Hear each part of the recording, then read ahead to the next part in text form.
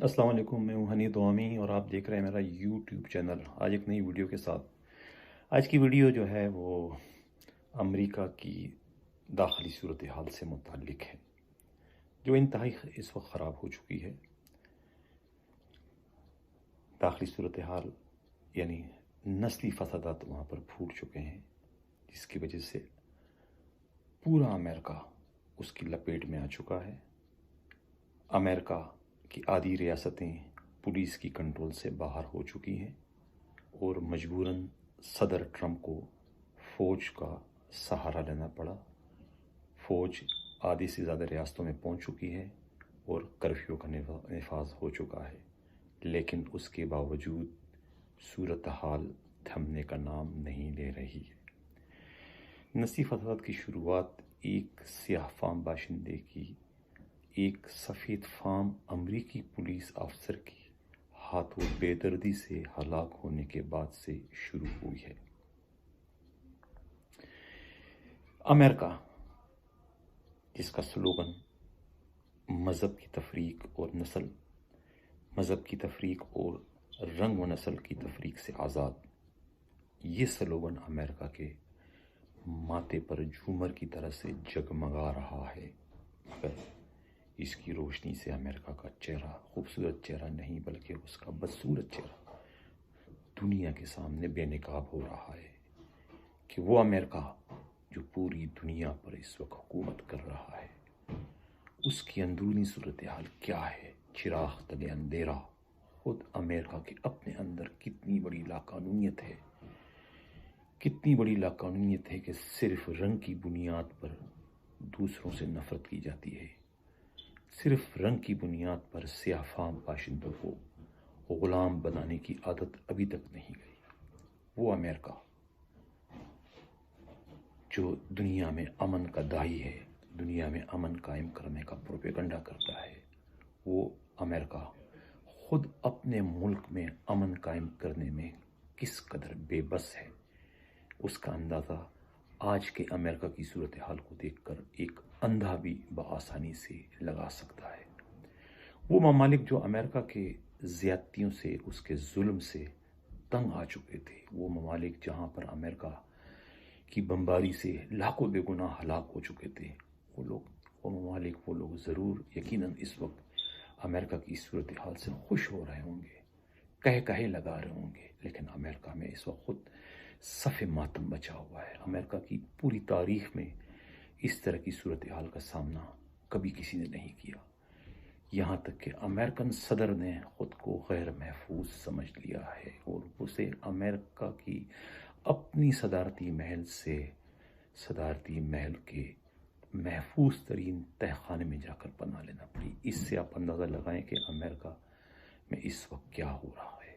امریکہ اس وقت بہت ہی بری پوزیشن میں مبتلا ہے، خاص طور سے سلامتی کے حوالے سے امریکہ اس وقت بکھرنے کے قریب ہے۔ وہ امریکہ جو کئی محاذوں پر اس وقت لڑ رہا ہے، سب سے بڑا مسئلہ اس کا ایک ابھرتی ہوئی سپر پاور چائنا سے ہے۔ چائنا جو بہت تیزی سے ابھر رہا ہے اور ساؤتھ چائنا سی میں اپنے بحری بیڑے پہنچا کر وہ اس پر قبضہ کر کے یورپ کی تجارتی شہرک کو اپنے ہاتھ میں لینا چاہتا ہے، تاکہ یورپ پر اس کا اثر و رسوخ بڑھ جائے اور یورپ امریکہ کے ہاتھ سے نکل جائے۔ یہ امریکہ کو کبھی گوارا تھا، اس لیے امریکہ نے ایک طرف تو سرد جنگ شروع کر دی ہے چائنا کے خلاف، دوسری طرف وہ کورونا وائرس کے شکل میں ایک جنگ سے نبرد آزما ہے۔ اس نے اس کے اپنے 1 لاکھ سے زیادہ شہریوں کو ہڑپ کر دیا ہے۔ ایک ہنگامی صورتحال امریکہ کے ہسپتالوں میں ہے۔ ابھی یہ آگ تھمی نہیں تھی کہ ایک اور آگ کا سامنا کرنا پڑا۔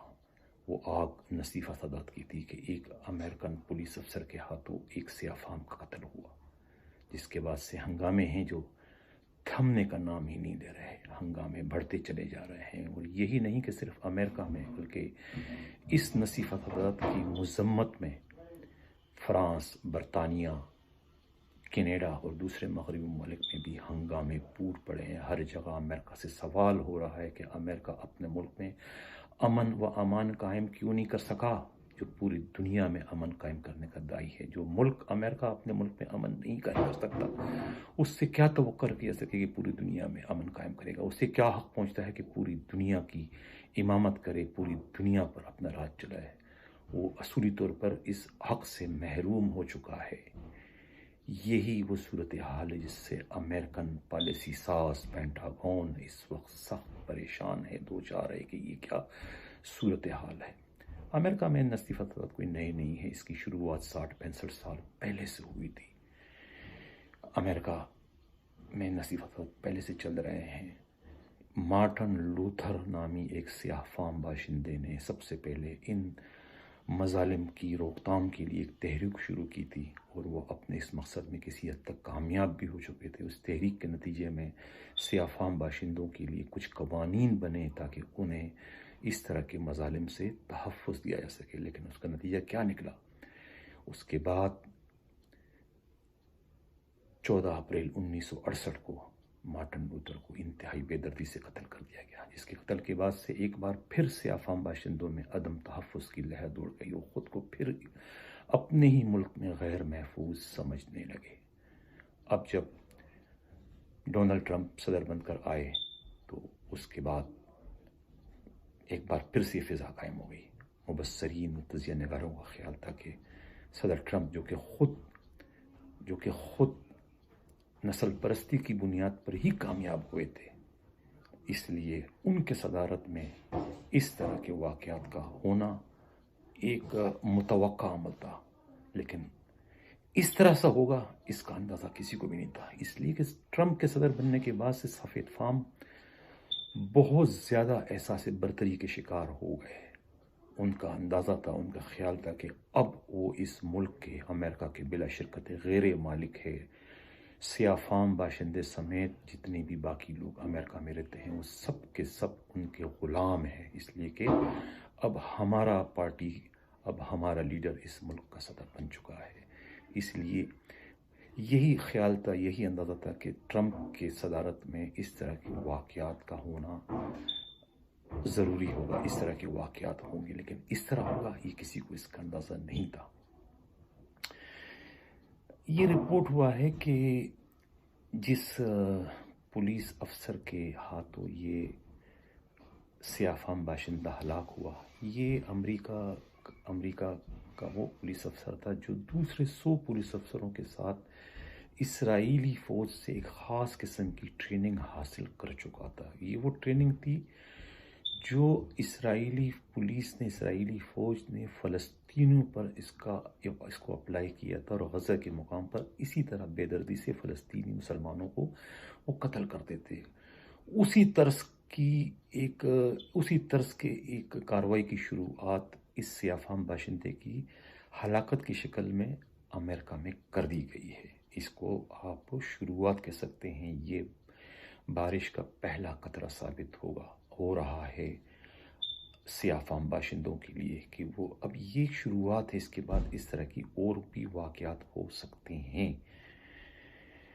اچھا، اس کے بعد جب مرنے والا جو تھا سیاہ فام باشندہ وہ ہیوسٹن کا رہنے والا تھا. اس کے بعد سے ہیوسٹن پولیس کو امریکی حکومت کی طرف سے یہ حکم نامہ ملا کہ مرحوم جو سیاہ فام تھا اس کا تعلق کسی مافیا سے ہے، لہذا اس کے گروہ کے دوسرے افراد کو گرفتار کیا جائے تاکہ پتہ چلے کہ مرنے والا کوئی بے گناہ نہیں تھا.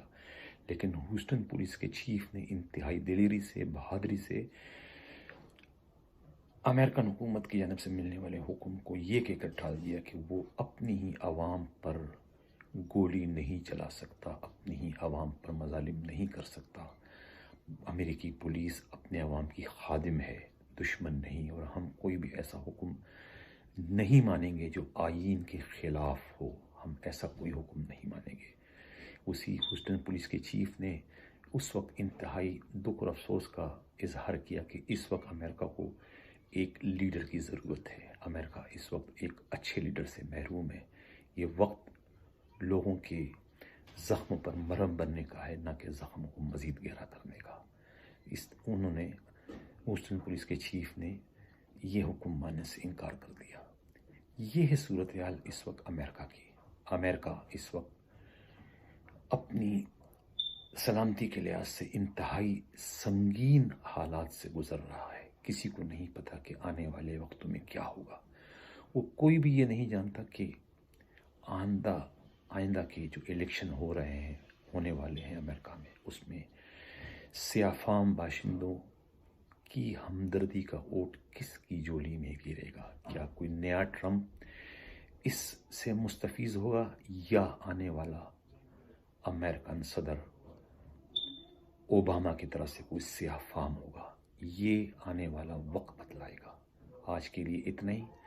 جاتے جاتے میں دوستوں سے اتنی سی درخواست کروں گا کہ اگر کسی نے میرے اس نئے چینل کو سبسکرائب نہیں کیا تو پلیز اس کو سبسکرائب کر دیں، اس کو شیئر کر دیں اور اس کو لائک کر دیں، تاکہ میری بے باک گفتگو کا سلسلہ اسی طریقے سے چلتا رہے اور آپ کو میں نئی معلومات دے سکوں.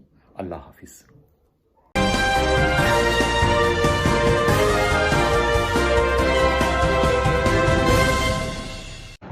پاکستان میں اس وقت تحریک انصاف کی حکومت ہے اور ان کی سب سے بڑی حریف جماعت نون لیگ کا دعویٰ ہے کہ تحریک انصاف نے ان کا مینڈیٹ چوری کیا ہے اسٹیبلشمنٹ کی گور میں بیٹھ کر. اسی حوالے سے بات کرنے کے لیے مسلم خون کی رہنما شمالہ رانا سے لاہور سے بذریعہ ویڈیو لنک ہمارے ساتھ موجود ہیں. ہم انہیں ویلکم کرتے ہیں. شمالہ رانا صاحب، یہ بتائیے گا کہ وفاق کو، پنجاب کو یا کے پی کی، تینوں جگہ پر پی ٹی آئی کی حکومتیں جہاں وہ چین کی بانسری بجاتے ہوئے کہتے ہیں کہ ملک میں سب کچھ بہتر ہے، نہ تو مہنگائی ہے، نہ کوئی کرپشن ہے، نہ ہی کوئی اور بحران. آپ اس بارے میں کیا کہتے ہیں؟ بسم اللہ الرحمن الرحیم. بہت شکریہ آپ نے مجھے مسلم لیگ نواز کا موقف دینے کے لیے. آپ نے مجھے مدعو کیا اپنے پروگرام میں. لیکن جی اس وقت جو سلیکٹڈ حکومت ہے وہ تو زبان زد عام ہے کہ جس طرح سے وہ لوگ مارز وجود میں آئے اور جس طرح سے وہ قابض ہوئے پاور کوریڈور کے اندر آئے اور کیسے انہوں نے شب خون مارا، یہ چیزیں تو ساری چلتی رہیں گی. لیکن چونکہ کرنٹ جو سچویشن ہے پاکستان کی، اس کے اوپر ہمیں بات کرنی چاہیے. جو ایشوز ہیں اس کے اوپر بات کرنی چاہیے، چونکہ ہم لوگ اپوزیشن کے اندر ہیں اور ملک کی سب سے بڑی جو اپوزیشن جماعت ہے وہ پاکستان مسلم لیگ نواز ہے. تو اس لحاظ سے ہمیں ایشوز کی پالیٹکس کرنی چاہیے اور ہم کرتے بھی ہیں. ہمارے سینٹ کے اندر، صوبائی قومی اسمبلیز کے اندر جو ہم نے ایشو کے اوپر بات کی، اس کی پداش کے اوپر، اس کی پداش میں ہماری جو صف اول کی لیڈرشپ ہے اس کو اس کے نتائج بھگتنا پڑ رہے ہیں. ہم جس ایشو کے اوپر بات کرتے ہیں جو کہ ملک میں عوام کو اس وقت مہنگائی، بدترین لوڈ شیڈنگ، پیٹرولیم کی مصنوعات میں جو قیمتیں ہوش ربا اضافہ ہے اور جو اشیاء خورد و نوش ہے اس کے اوپر جو لوگ اس وقت سروائیو کر رہے ہیں، عام آدمی جو ہے وہ تو اس وقت بالکل ختم ہو چکا ہے. کیونکہ مہنگائی ہے، یہاں پہ لاک ڈاؤن کی صورتحال ہے، لوگوں کے پاس کھانے کے لیے کچھ نہیں ہے، لوگوں کے پاس اپنے جو معاملات ہیں، لوگ اپنے جو گھریلو معاملات ہیں ان کے لیے اتنے پریشان ہیں کہ جو حکومت ہے اس وقت نالائق اور سلیکٹڈ لوگوں کی حکومت ہے جو کہ اپنی آپس کی لڑائیاں لڑ رہے ہیں، جو کہ اپوزیشن کے رہنماؤں کو جیلوں کے اندر اور ان کو ای سی ایل میں کیسے ڈالنا ہے، ان کو نئے مقدمات میں کیسے گھیرا کرنا ہے، ان کا گھیراؤ کرنے کے لیے ان کی کیبنٹ اور یہ لوگ جو ہیں وہ سر دھڑ کی بازی لگا رہے ہیں. حالانکہ پاکستان کی جو ایشوز ہیں وہ اس وقت مہنگائی ہے، بدترین لوڈ شیڈنگ ہے، لوگ گرمی میں بھی مر رہے ہیں، لوگ بھوک سے مر رہے ہیں، لوگ کورونا سے مر رہے ہیں، لیکن ان لوگوں کو کسی کی کوئی پرواہ نہیں ہے. یہ لوگ قابض ہوئے تھے اپنے مافیاز کو ڈیفینڈ کرنے کے لیے، یہ لوگ مافیاز کے ساتھ ان کو پروموٹ کر رہے ہیں اور انہوں نے کیا بھی ہے. ریسنٹلی آپ نے دیکھا کہ یہاں پہ ملک میں آٹا چینی کا بحران تھا.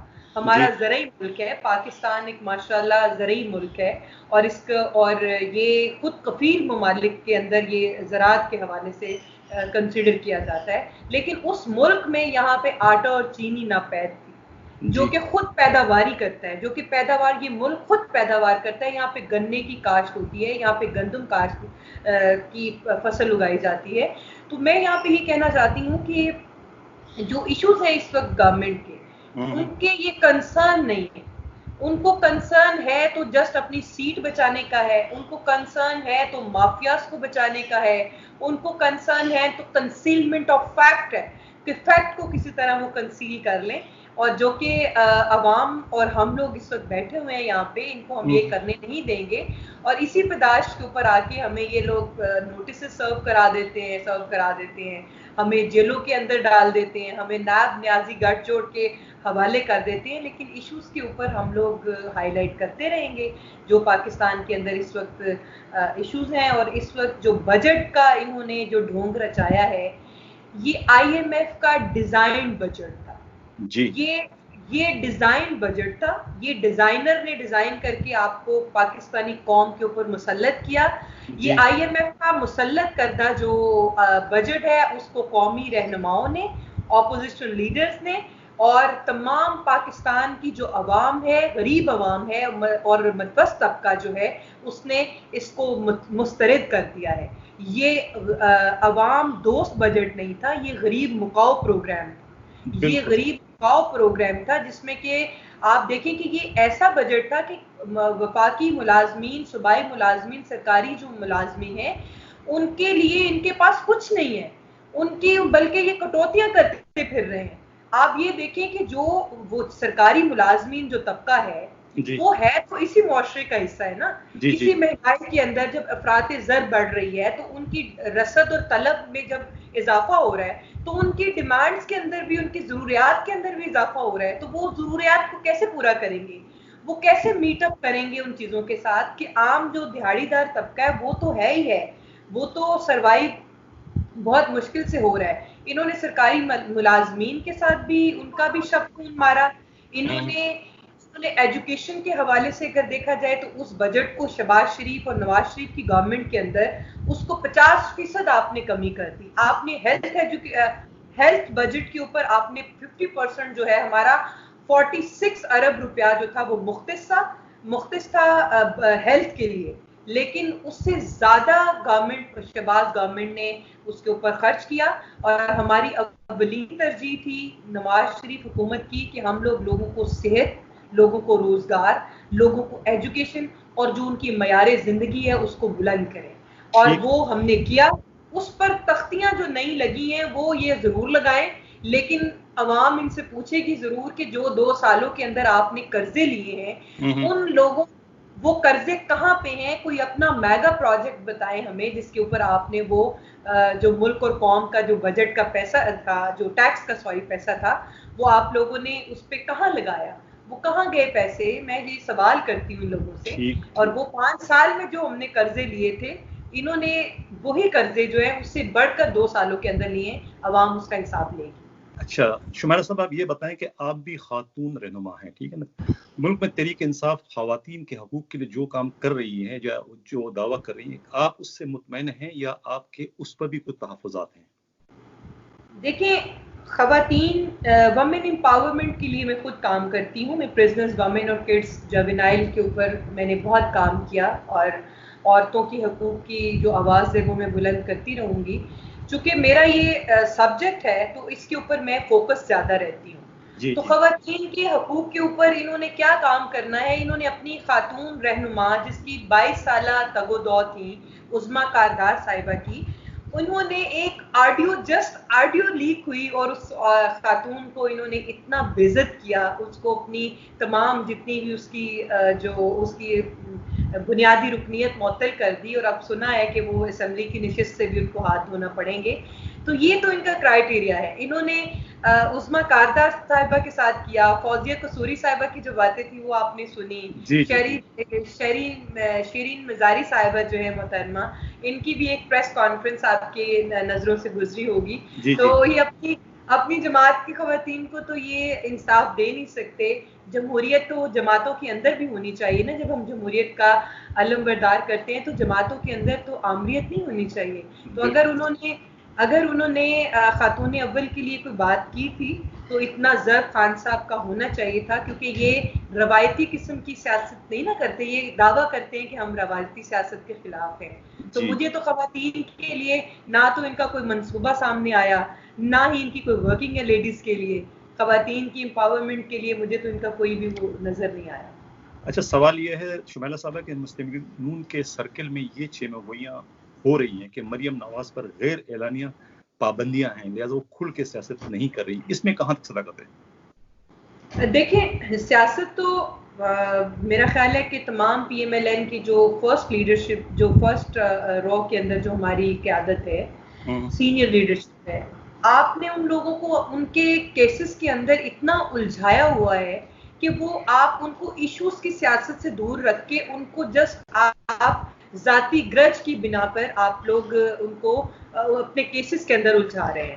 تو میرا خیال ہے کہ مریم نواز صاحبہ جو ہیں وہ بالکل بھی خاموش نہیں ہیں، ان کی پارٹی قیادت کے ساتھ بالکل رابطے میں ہیں، ہم کارکنان کے ساتھ وہ رابطے میں ہیں، اور قومی جو ایشوز ہوتے ہیں اس کے اوپر وہ بات بھی کرتی ہیں، ٹویٹ کرتی ہیں، اور خاموش ان کو نہیں کروایا گیا. لیکن آج کل کیونکہ کرونا کے ایشوز ہیں، حالات اس طرح سے ہیں کہ وہ بظاہر لگ رہا ہے کہ شاید وہ خاموش ہے، لیکن وہ اپنی جماعت کی مکمل رہنمائی کر رہے ہیں.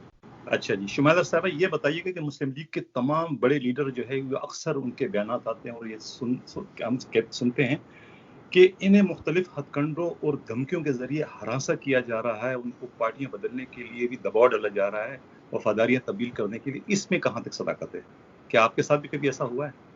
دیکھیں جو پولیٹیکل ورکر ہوتا ہے، جو اپنی سیاست کے اندر گراس روٹ لیول سے اوپر آتے ہیں لوگ، جی جی تو ان لوگوں کی آواز جو ہے وہ معاشرہ سننا پسند کرتا ہے. ان کی آواز میں اللہ تعالیٰ کی طرف سے بھی ایک ببانگ دہل وہ بات کرتے ہیں. تو ایسے لوگ جو تمام جماعتوں کے اندر ہیں، وہ صرف پی ایم ایل این کی نہیں، اور بھی کوئی اپوزیشن جماعتوں کے اندر ہوں گے، تو ان کے اوپر دباؤ تو ہوتا ہے. اور نیب آرڈیننس جو تھا، نیب آرڈیننس 2000 جو ہے وہ بنا ہی لوگوں کو ان کی سیاسی وابستگیاں توڑنے کے لیے، ان کو ان لائل کرنے کے لیے بنا تھا. معذرت کے ساتھ یہ ایک عامر کا بنایا ہوا قانون تھا جو کہ لوگوں کی وفاداریاں تبدیل کروانے کے لیے ان کو پریشرائز کرتے تھے. تو مجھے بھی تھوڑا سا جب میں مریم بی بی کے ساتھ ریلیز کے اندر جاتی تھی اور جب ان کی کورٹ کے اندر جب پیشیاں ہوتی تھی، تو اس کے بعد ہمیں بھی بہت سے جواب دہ ہونا پڑتا تھا. لیکن الحمدللہ شمائلہ رانا ایک سیاسی کارکن ہے اور سیاسی کارکن کی بیٹی ہے. میں نے گورنر راج کے دوران جب مجھے 8.5 کروڑ روپے کی آفر ہوئی تھی اور میں اسٹوڈنٹ تھی اس وقت، تو میرا خیال ہے کہ میں نے اگر اس وقت اپنی جماعت کو نہیں چھوڑا تھا تو یہ سیاسی اوچے ہتھ کنڈے جو ہیں وہ مجھے اپنے جو موقف سے پیچھے نہیں ہٹ سکتے. میں پہلے سے زیادہ پاور کے ساتھ، پہلے سے زیادہ کریج کے ساتھ میں اپنی جماعت کے ساتھ کھڑی ہوں اور انشاءاللہ میں کھڑی رہوں گی. میرے خیال میں کیا اس میں صداقت ہے یا صرف سازش ہے؟ جو مجھے لگ رہا ہے کہ اس میں کیا حقیقت ہے اس میں، جو میں نہیں سمجھتا کہ ایسا ہو سکتا ہے. اس پہ کیا کہتے ہیں آپ؟ دیکھیں سیاسی لوگوں کی زندگی کے اندر جو ہے وہ اس طرح کے معاملات جھوٹے منفی پروپیگنڈے ہوتے رہتے ہیں. جی جی. اور ایسا جو ہے وہ میرے خلاف بھی ہوا، چونکہ میں کم عمر رکن اسمبلی تھی اور میرا اتنا ایکسپیرینس نہیں تھا، جو کہ حقیقت بات ہے. جی جی. تو مجھے پریشان کرنے کے لیے، مجھے ڈیگریڈ کرنے کے لیے، ڈی ویلیو کرنے کے لیے یہ ایک سازش کی گئی تھی. لیکن الحمدللہ جب میں کورٹ میں گئی تو اس کا کوئی سر پیر تو تھا ہی نہیں، اور جسٹ ایک محض آپ ایک کسی کو پریشان کرنے کے لیے آپ جھوٹی خبریں لگواتے رہیں. تو وہ جب میں کورٹ میں گئی تو ثبوت نہیں تھے. میں نے تو جو ثبوت دیے اس کی بنا پہ مجھے کورٹ سے انصاف ملا، اس کے بعد مجھے میڈیا سے انصاف ملا، پھر اپنی جماعت سے انصاف ملا، اور شمائلہ رانا دوبارہ رکن اسمبلی بنی. وہ کیا چاہتے کہ آپ کو مسلم لیگ سے ہٹانا چاہتے تھے، کسی اور جماعت کی طرف راغب کرنا چاہتے تھے؟ کیا مقصد کیا تھا، جو نظر کیا رہا تھا آپ کو؟ سیاسی پولیٹیکل گرج ہی تھا. اچھا پولیٹیکل گرج. اچھا. وہ شمائلہ مجھے نہیں دیکھنا چاہتے تھے کہ میں اتنا ایکٹیولی رول پلے کروں. اچھا، مطلب وہ آپ کو روکنے کی ایک کوشش تھی گورنمنٹ کی، یا جو بھی کر رہے تھے، لیکن اس میں ان کو ناکامی کا سامنا کرنا پڑا. چلو یہ تو اچھا لگا. میں نے ڈٹ کے سامنے کیا. اس سے تو آپ کے حوصلے مزید بلند ہو گئے ہوں گے بھی کہ یہ تو گورنمنٹ جو ہے. جی اس کے بعد دیکھیں جی، پہلے میں وکیل نہیں تھی. میں نے لا اسٹڈیز جو تھی اس کے بعد کی تھی، اور میں نے پرزنرز ویمن اور کڈس کے بعد پر کام جو کرنا شروع کیا، اور میں نے قانون کا جو مطالعہ کیا، تو وہ میں نے اپنے کنٹروورسی کے بعد کہ مجھے اتنا اس چیز پہ ہوا کہ اگر یہ لوگ میرے ساتھ کچھ غلط کر سکتے ہیں یا مجھے پھنسانے کی کوشش کی جاتی ہے، تو عام عورت کو، عام خاتون کو، عام لڑکی کے لیے کیا حالات ہوں گے. تو میں پھر ان لوگوں کی آواز بنی, میں نے قیدیوں کے لیے کام شروع کیا, اور اب الحمدللہ آپ کو شمائلہ رانا جو ہیں وہ پہلے سے زیادہ ایک بھرپور انداز سے سیاست کرتی ہوئی اور بات کرتی ہوئی ایشوز کو ہائی لائٹ کرتی ہوئی نظر آئے گی. تو آپ کو اور یہ جو مشکلات تھی یہ تو آپ کے لیے اچھی ثابت ہوئی, مزید آپ کو اسٹرانگ کر دیا, مطلب کہ آپ ایک لائر بن چکی ہیں تو آپ کو اچھی طریقے سے اپنا مقدمہ اور دوسروں کا مقدمہ لڑ سکیں گی, یہ تو بہتر ہو آپ کے لیے. دیکھیں میرا ایمان ہے ایز اے مسلم, ہر خیر و شر اللہ کی طرف سے آتی ہے.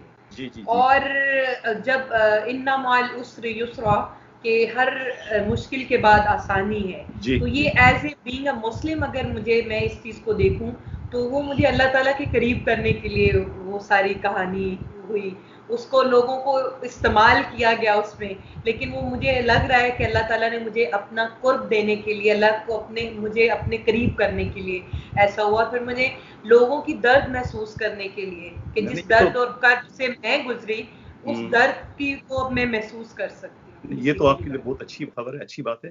اچھا جاتے جاتے شمائلہ رانا صاحب یہ بتائیں کہ اگر پی ٹی آئی کی حکومت نے نواز شریف کی وطن واپسی پر یا مریم نواز صاحبہ کی گرفتاری کرنے کی کوشش کی تو آپ سمیت دوسرے مسلم لیگ نون کی خواتین ورکر اور رہنما کس حد تک جا سکتے ہیں؟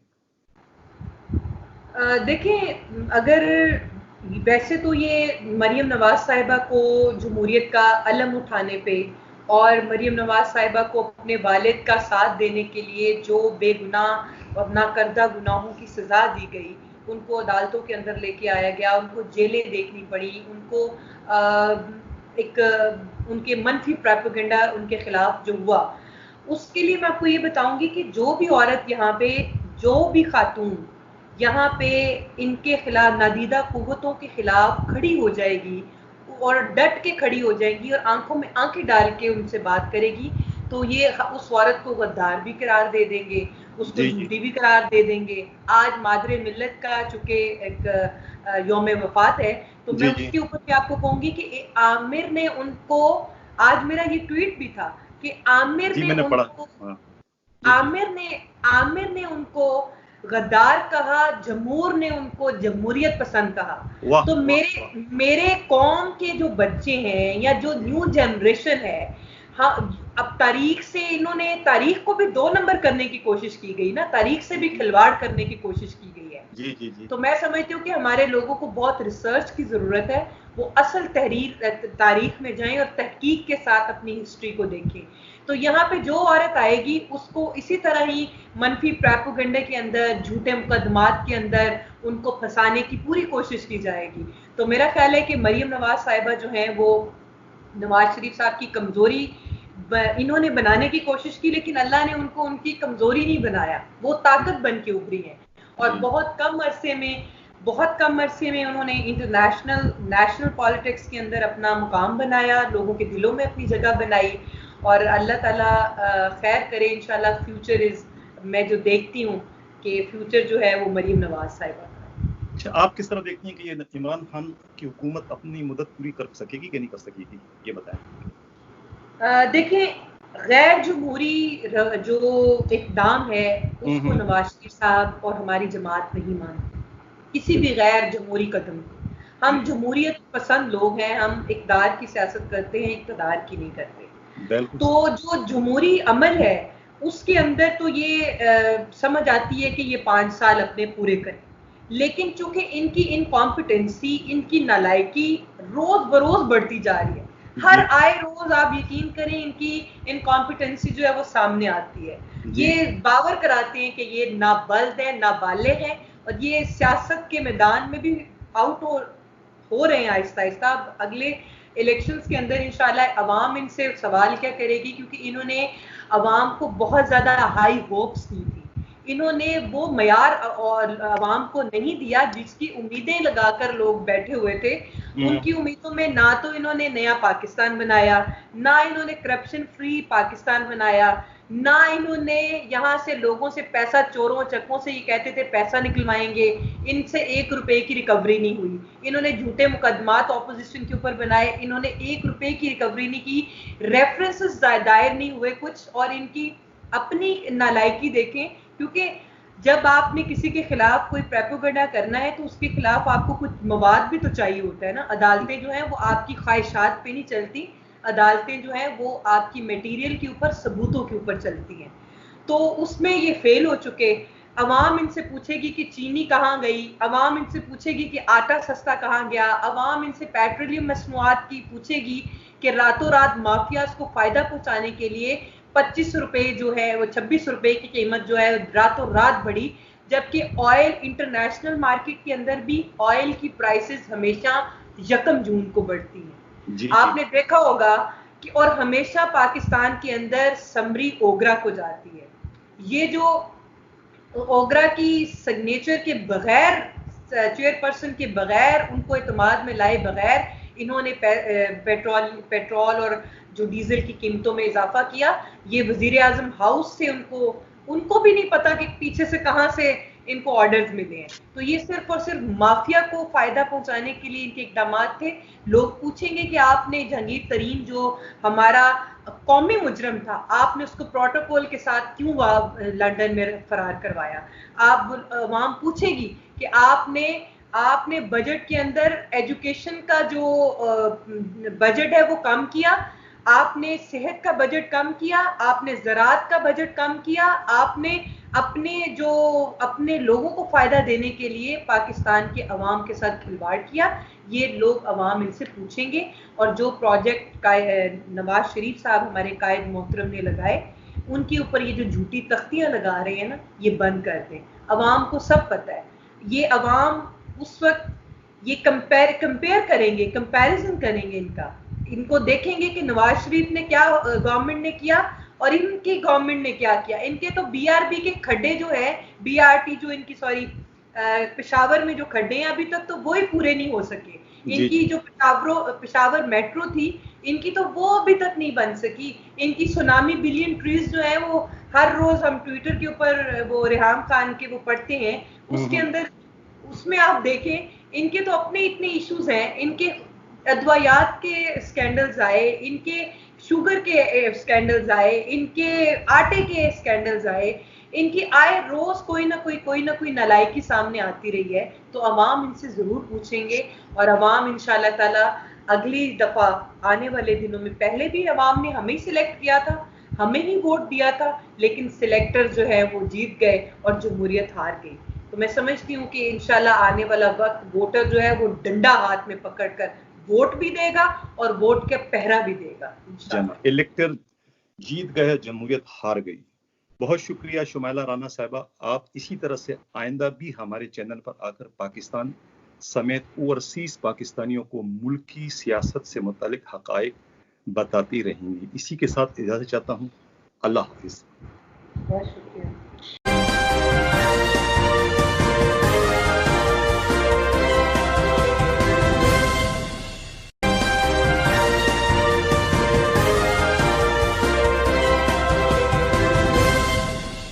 چینل دی عوامی. آج کل بھارتی آرمی والے بارڈر پر چین سے پٹ رہے ہیں, لیکن ان کے ریٹائرڈ افسر بھارتی ٹیم پر بیٹھ کر پاکستان کے خلاف زہر اگلنے اور گیدڑ بکیاں دینے میں پیش ہیں. کشمیر میں بھارتی وردی والوں کی دہشت گردی پوری دنیا پر عیاں ہو چکی ہے, مگر بھارتی ریٹائرڈ فوجی اسی معقولے پر عمل کر رہے ہیں. بغل میں چھری, منہ میں رام رام. انڈیا کے میجر گورف اوہ یا کرنل ڈی پی کے اپنی سروس کے دوران اگر کبھی پاک بھارت سرحد پر ڈیوٹی دیتے ہوں گے تو پاکستانی جوانوں سے جوتے ہی کھاتے ہوں گے. آج انہیں ٹی وی اسکرین پر بھی جواب دینے کے لیے پاکستان آرمی کے ریٹائرڈ کرنل اسد محمود ہمارے ساتھ موجود ہیں. اسد صاحب, آپ کو پروگرام میں ویلکم کرتے ہیں. تھینک یو ویری مچ. سوال, میجر گورف میرا خیال نام ان کا صحیح ہے, انڈین ہیروز کے طور سے بڑے فلمی ہیروز کی طرح سے بڑے ڈائلاگ مار رہے ہوتے ہیں. آپ ان کے ڈائلاگ پر جو ڈائلاگ ادا کرتے ہیں, کہتے ہیں, تو اس پر آپ کا کیا رد عمل ہے؟ آپ اس کو کس طرح سے دیکھتے ہیں؟ بسم اللہ الرحمن الرحیم. حنیف صاحب تھینک یو ویری مچ. میں ایک تو آپ سے یہ عرض کروں کہ بہت ساری چیزیں, باتیں, ڈسکشنز, ٹاک شوز اور for that matter heated debate جو آپ میڈیا پہ دیکھتے ہیں, چاہے وہ Indian media, even for that matter Pakistani media ہے, میرا خیال ہے وہ mostly it is focused on public consumption یا پبلک سینٹیمنٹس کے لیے آپ کی بیسیکلی کرتے ہیں. What is the ground reality وہ میرا خیال ہے انٹرنلی وہ بھی جانتے ہیں اور میرا خیال ہے ہمیں بھی سارے کے سارا سلسلہ پتہ ہے. ایک تو میں یہ ضرور آپ سے کہنا چاہوں گا کہ it's not there can be anybody from India, there can be anyone from any other country. اگر اس کا تعلق آرم فورسز سے آتا ہے تو سرٹنلی ہی he's gone through an experience جس کے اندر اس کی ٹریننگ ہے اور پھر ڈفرینٹ کورسز کی آپ بات کرتے ہیں سارا جس طریقے سے بھی آتا ہے. اسپیشلی کیونکہ آپ نے ایک انڈین میجر صاحب کا نام لیا ہے اور بالکل بہت ساری ان کی جو ویڈیوز ہیں وہ آپ دیکھتے ہیں سوشل میڈیا کے اوپر وہ تھرو کرتے ہیں. مجھے بھی اتفاق ہوا کہ I had plenty of shows basically Arnab Goswami کے ساتھ اور انڈین پینلسٹ ہوتے تھے and we used to be here from Pakistan. میں یہ محسوس کرتا ہوں کہ بالکل آپ چاہے جیسا بھی ہے ٹھیک ہے, اکراس دی بارڈر آپ کے ٹاک شوز ہو سکتے ہیں, you can conduct those talk shows, but اس کے اندر جو اسپیشلی میں نے چیز محسوس کی اور پھر میں نے اپنے آپ کو ہولڈ کیا کہ نہیں there is no requirement going on to those channels, کہ جب ہم بات کرتے ہیں تو وہ ہمارا جو مائک ہے اس کو میوٹ کر دیتے ہیں. جی جی اب no whatever they can feel like whatever they can okay utter, جس طرح کے ورڈز وہ کرتے ہیں وہ آپ فیل کرتے ہو کہ جیسے okay some Pakistanis are sitting before them اور وہ پاکستان کے بارے میں ناشائستہ زبان استعمال کر رہے ہیں, پاکستان کی مسلح افواج کے بارے میں اور ایون پاکستان کے لوگوں کے بارے میں. And then I felt appropriate it is better not to be actually appearing on those shows. Why? Because یہ ساری چیزیں reciprocatively ہوتی ہیں کہ آپ اپنا پوائنٹ دیتے ہیں اور نیچرلی میں نے بھی ایک لحاظ سے اپنا پوائنٹ دینا ہوتا ہے. ایک تو میں آپ سے یہ عرض کرنا چاہوں گا. دوسری آپ یہ بھی میں آپ سے کہوں گا کہ وٹ ایور اوکے ان کے جو میں کہتا ہوں کہ ملٹری اینالسٹ کی آپ بات کر لو یا اوکے ان کے دفاعی تجزیہ کار ہیں, اگر ان کی بھی آپ بات کرتے ہو, they are no more in Indian army now. آپ یہ بھی کہہ سکتے ہیں کہ ان کا اگر کوئی کسی طریقے سے انڈین آرم فورسز کا کوئی اسپوکس پرسن بھی ایک لحاظ سے نہیں ہے. ہاں ہمیں یہ ضرور ہے کہ maybe they might have some okay ان کو کوئی فیڈنگ ہوتی ہوگی, مے بی ان کو کچھ اشارے دیے جاتے ہوں گے, بٹ پریکٹیکلی آپ صرف اتنا آپ یہ دیکھیے کہ گراؤنڈ ریالٹی کیا پرسسٹ کرتی ہے, no that is more important. Why? Because اگر ہم لداخ کی بات کرتے ہیں, اگر ہم جو ناردرن پورشن آف انڈیا اس کی 7 سسٹر اسٹیٹ کی آپ بات کرتے ہیں, ان کی جو سچویشن نیپال کے ساتھ ہے, بھوٹان کے ساتھ ہے, پھر بنگلہ دیش کے ساتھ ہے اور پاکستان کے ساتھ, تو آپ یہ دیکھیں نا انڈیا نے تو بڑا سیریسلی ہمیں سینڈوچ بنانے کی کوشش کی. میں اس طرف بھی آپ کو تھوڑا سا لے کے جانا چاہوں گا کہ ایک تو ناردرن سائڈ پہ ایسٹرن سائڈ پہ پاکستان کے کھڑے تھے اور ویسٹرن سائڈ پہ جب حالات خراب تھے افغانستان کے اندر, اور افغانستان کے اندر میں سمجھتا ہوں کہ جس طریقے سے انہوں نے حامد کرزئی کے ساتھ ان کے نامنس کے ساتھ اور پھر اشرف غنی جو ان کا پریزیڈنٹ ہے ان کے ساتھ اور پھر این ڈی ایس کو ملا کے جس طرح انہوں نے افغانستان کی سرزمین کو استعمال کیا, سیف ہیونز کریٹ کی, وہاں پر ان state and non state actors کو نہ صرف یہ کہ ٹرین کیا گیا, ان کو پلان کیا گیا اور پھر ان کو اسلحہ گولہ بارود سارا کچھ کر کے پاکستان کے اندر دہشت گردی کے لیے بھیجا گیا. یہ تو ہے وہ گراؤنڈ ریالٹی. تو آپ یہ تو کہہ سکتے ہیں کہ آپ نے ان کو ہر محاذ کے اوپر انٹرنلی آپ یہ دیکھیں انہوں نے آپ کو yes it is to be accepted, انہوں نے بہت بلیڈ کیا. بٹ میں یہ سمجھتا ہوں کہ جو ہماری پچھلی حکومتیں تھیں جس طرح ان کو اس قضیے کو لے کے آگے جانا چاہیے تھا, انٹرنیشنل فورمز کے اوپر لے کے جانا چاہیے تھا, unfortunately they didn't do it that way. تو نتیجہ یہ نکلا کہ دہشت گردی بھی آپ کے ملک کے اندر انڈیا کر رہا ہے. اسٹیٹ نان اسٹیٹ ایکٹرز کو سپورٹ اکوپمنٹ کی اور پیسوں کی ساری جو ہے ان کے ایبٹرز کہہ لیں, ان کو پناہ دینے والے کہہ لیں, سب برباد کر رہی ہے آگے ٹارگٹس پہ لے کے جانے والے. یس دیور انڈینز, آپ ان کی را کی بات کریں اور الزام دینا پاکستان کو. اچھا یہ بھی اب جو پروپیگنڈا تھا نا نیب صاحب, یہ بھی پوری دنیا کے سامنے جس کو کہتے ہیں ازر من الشمس ایک لحاظ سے سب کے سامنے آ گیا کہ واٹ از دی ریالٹی.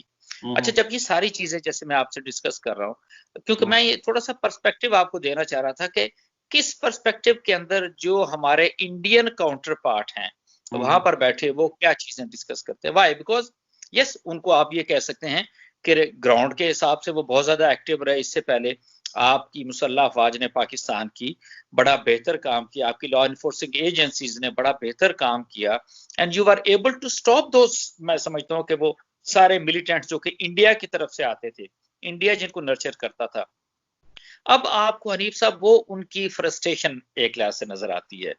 کبھی آپ یہ دیکھیں نا, اب ہمیں ہر چیز کو لنک کرنا چاہیے ایک دوسرے کے ساتھ, کہ کبھی وہ بی ایل اے کی بات کرتے ہیں, بلوچستان کی بات کرتے ہیں, کبھی آپ وہ کراچی آپ دیکھیں جس طرح ہوا, 2 انسیڈنٹ ہوئے کراچی کے اندر, جو چائنا کی مطلب ایمبیسی تو نہیں, اس کے قونصلیٹ کے اوپر جو اٹیک کیا, اس کے بعد پھر دوبارہ جو اسٹاک ایکسچینج کے اوپر ہوا. تو یو کین میک آؤٹ کہ فرسٹریشن تو ان کو ہے, بیکاز وہ دونوں آپ نے ایک لحاظ سے ان کو فوائل کیا, ختم کیا, ان کو مار دیا, جو ان کے جو لوگ آئے تھے دہشت گردی کرنے کے لیے.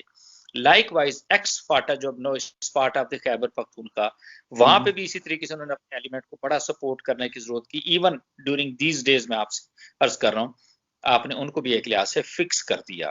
نو واٹ ہیپن از, اب وہ جس کو کہتے ہیں ایک پروپیگنڈا وارفیئر, ایک سوشل میڈیا کمپین کی آپ بات کرتے ہیں. میں ایک چیز میں بتا ہوں, I retired as colonel from Pakistan army.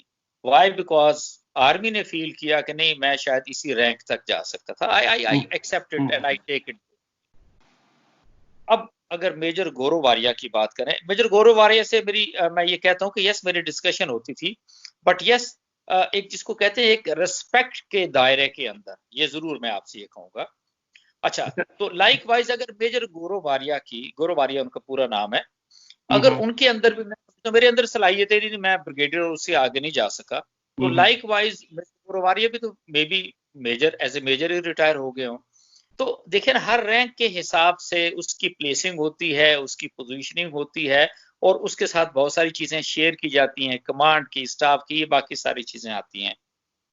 میں یہ ضرور کہوں گا, میں ایک آدھا منٹ میں آپ سے لوں گا, میں سوالات کافی بولیے. اچھا کہ میجر گورو واریہ کو, یا اگر فرض کریں کوئی انڈین پینلسٹ ہے جس کا تعلق ہو کہ x army air force navy کے ساتھ آتا ہے, میں آپ کے توسط سے اپنے سارے دوستوں کو یہ پیغام دینا چاہتا ہوں, and even those people sitting in India, کہ we are not concern about these things. یہ ان کا کوئی تعلق ہم سے نہیں ہے, نہ ہم یہ کہیں جی کہ یہ اس طرح.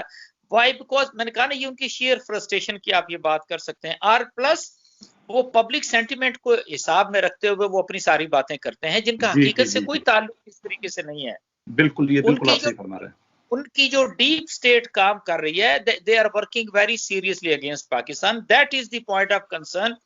تو ان کی جو ڈیپ سٹیٹ آپ بات کرتے ہیں, ان کی جو سیکیورٹی ایجنسیز جس طریقے سے پاکستان میں کام کر رہی ہیں, میں آپ کو بالکل انشاءاللہ یہ گارنٹی دیتا ہوں کہ آپ کی جو یہاں پر مسلح افواج ہیں, اور پھر آپ کی اوکے جی جتنے بھی آئی ایس آئی کی بات کریں, سیکورٹی ایجنسیز کی بات کریں, they are absolutely aware of everything, they understand what is to be done اگر کوئی کسی طریقے سے کوئی غلط کام کرتا ہے.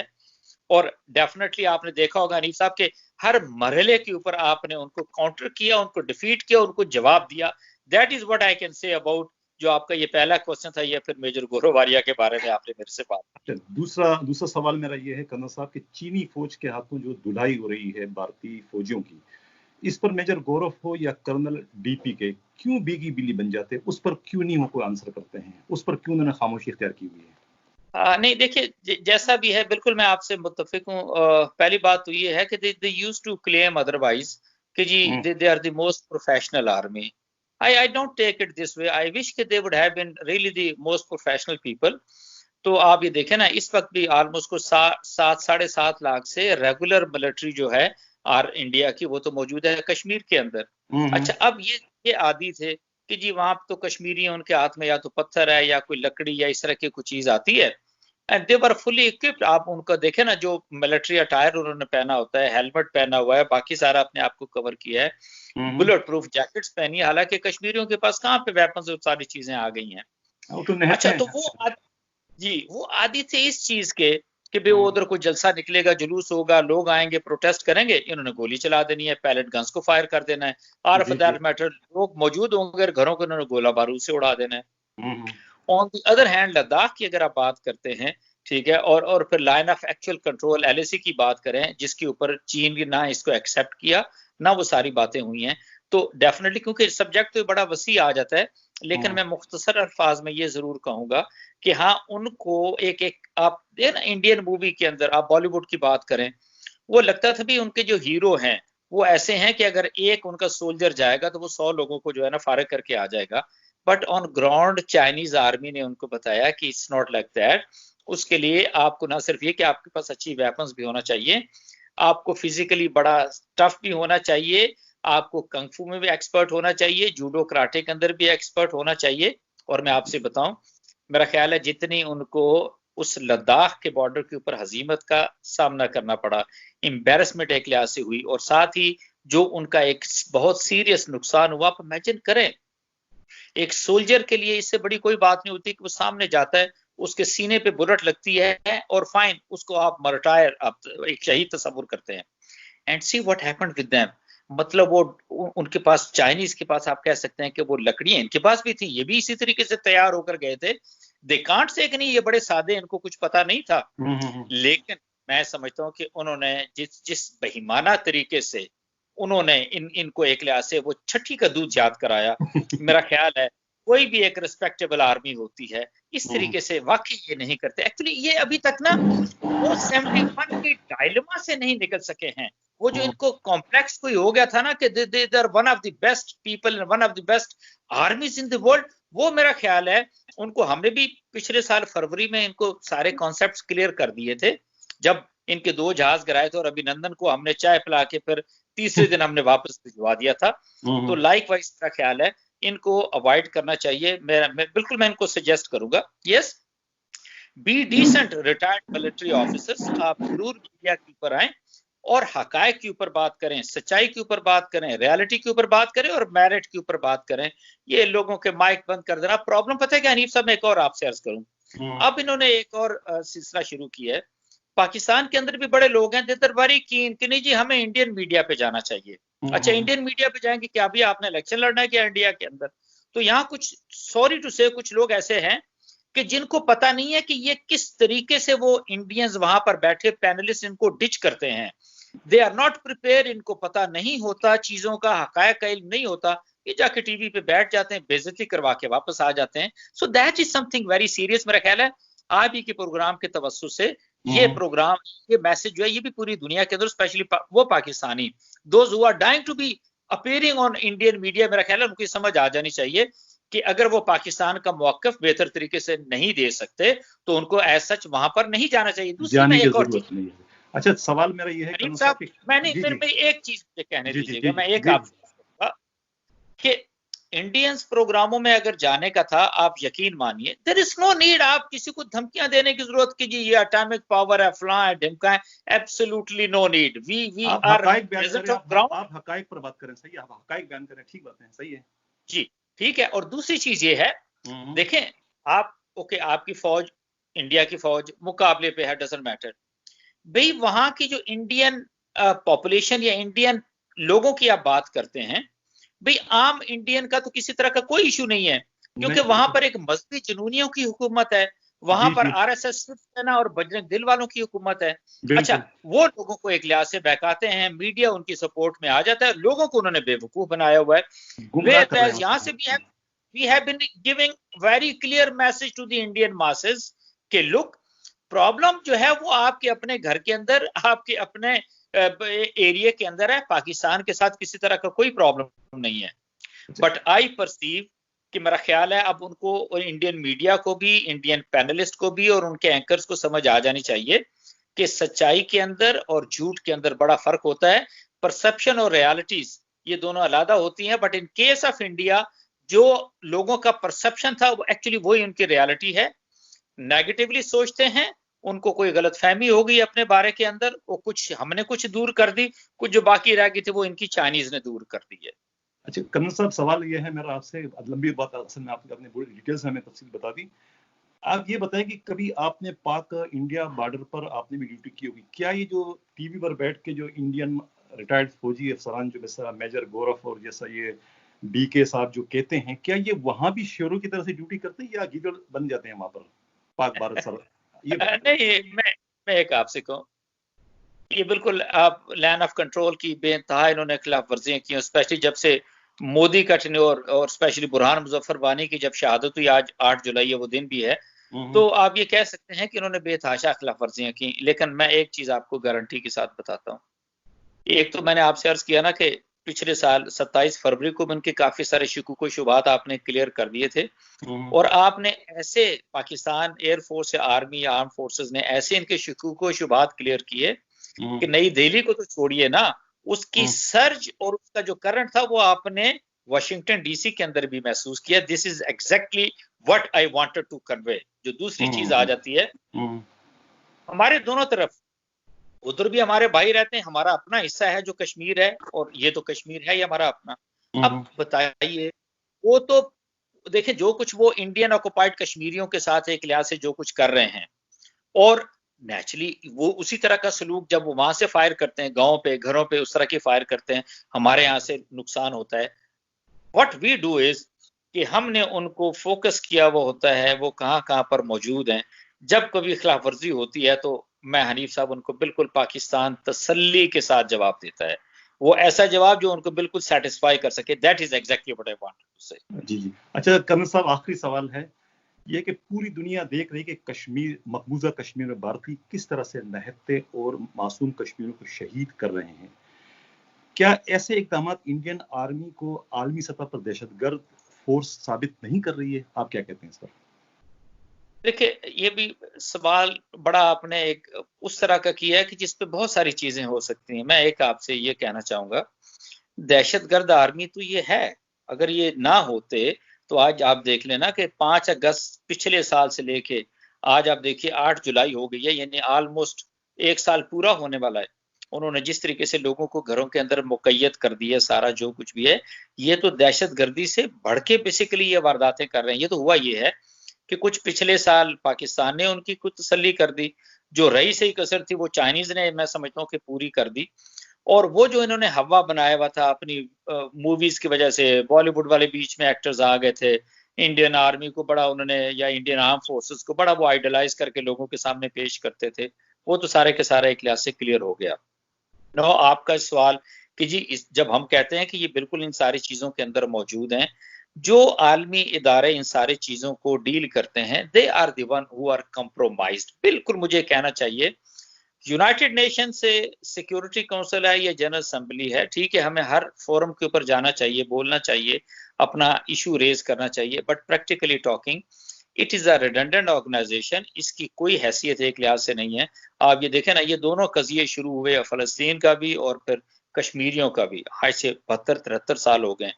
It is lying as it is. It used to be before. اس سے زیادہ worst situation ہو گئی ہے. بس صرف اتنا میں آپ سے کہوں گا کہ ایک یہ ان کا ظلم کہہ لیں، ان کا ریاستی جبر و تشدد، قتل و غارت گری جو ہے ایپیکس پہ پہنچی ہوئی ہے، پیک پر پہنچی ہے، اور پیک کے بعد پھر ڈاؤن فال آتا ہے.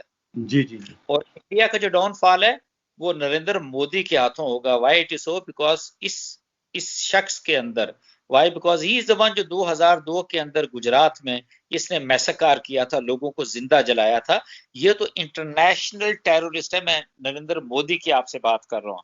امیت شاہ جو اس کا انٹیریئر منسٹر ہے، ہی از دا ون جو اس کے ساتھ گجرات میں انٹیریئر منسٹر تھا. They both are the one جن کو میں سمجھتا ہوں کہ جنگی جرائم کا ان پہ مقدمہ چلانا چاہیے. 2002 کی میں آپ سے بات کروں.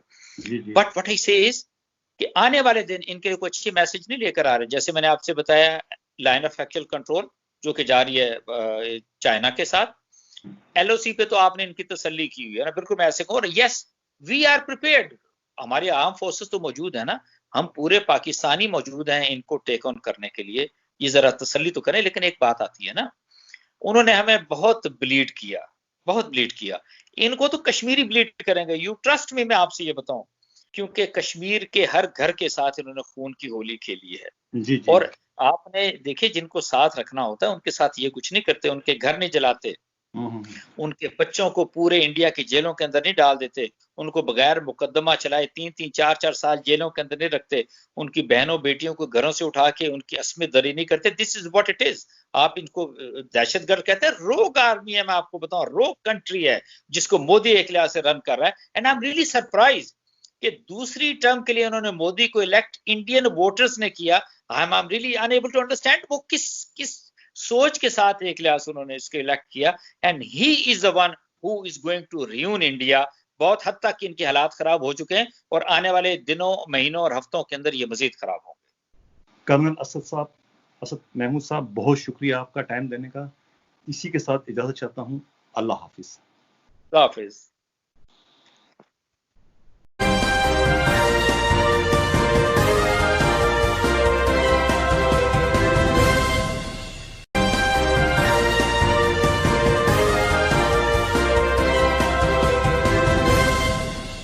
یوٹیوب چینل دا عوامی.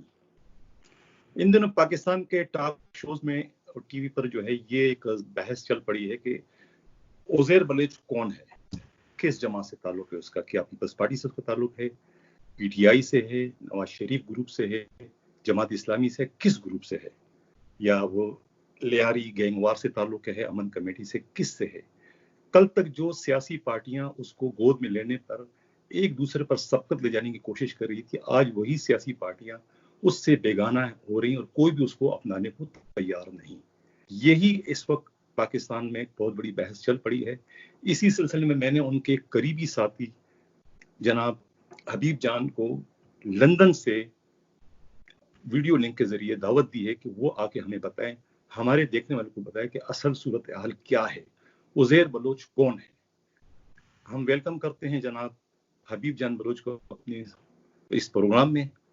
حبیب جان بلوچ, اب آپ یہ بتائیں کہ عزیر بلوچ کون ہے, کس جماعت سے اس کا تعلق تھا. جی سر. ہاں, پہلے تو آپ کا بہت شکریہ, بڑی مہربانی, اور میں معذرت چاہتا ہوں کہ تھوڑا سا ہمارے ٹائم مینجمنٹ میں تھوڑا ڈیلے ہو گیا, تو معاف کیجیے گا حنیف صاحب. عزیر بلوچ کون ہے اور کس پارٹی سے تعلق رکھتا ہے؟ عزیر بلوچ بلوچ ہے, پاکستان سے تعلق رکھتا ہے, اور ہر وہ پولیٹیکل پارٹی جو پاکستان کے ساتھ مخلص ہے, وفادار ہے, اس کے آئین کے تحت اس کو سپورٹ کرنا چاہتا ہے, اور یہ بات بڑی کلیئر ہے. Unfortunately Uzair Baloch by birth, جس طرح لیاری میں آپ جانتے ہیں کہ ہر دوسرا گھر جو ہے وہ پیپلز پارٹی سے تعلق رکھتا ہے, تو عزیر کا تعلق بھی پاکستان پیپلز پارٹی سے تھا. 2012 کے آپریشن کے بعد جذبات میں جو حالات واقعات ہوئے ہیں آپ بھی جانتے ہیں, سبھی جانتے ہیں پاکستانی, تو اس نے علیحدگی کا اعلان کیا. پھر پیپلز پارٹی کی مجبوری ٹھہری, پھر رابطے بحال ہوئے, اور جو کچھ ہوا وہ سارا میڈیا میں آتا جاتا رہا ہے. اس کے بعد پھر صورتحال گمبھیر ہوئی, اور عزیر بلوچ وہاں کے مقامی لوگوں نے, اب ہمارے یہاں ایک کلچر ہے لیاری کا, جس طرح پختون کلچر ہے, بلوچستان کا کلچر ہے, جرگا اور جوائنٹ وینچر جسے کہتے ہیں.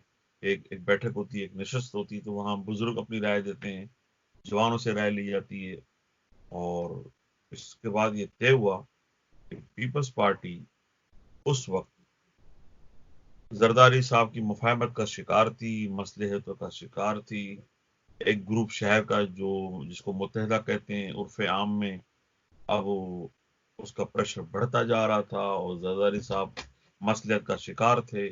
تو طے یہ ہوا, ایک نیا گروپ اسٹیبلش ہو رہا تھا پاکستان میں, جس کا نام تھا پاکستان تحریک انصاف. اس کے نعرے بھی اچھے تھے, اس کی باتیں بھی اچھی تھیں. 2 سال پہلے تک تو ایک انقلاب سمجھ میں آتا تھا.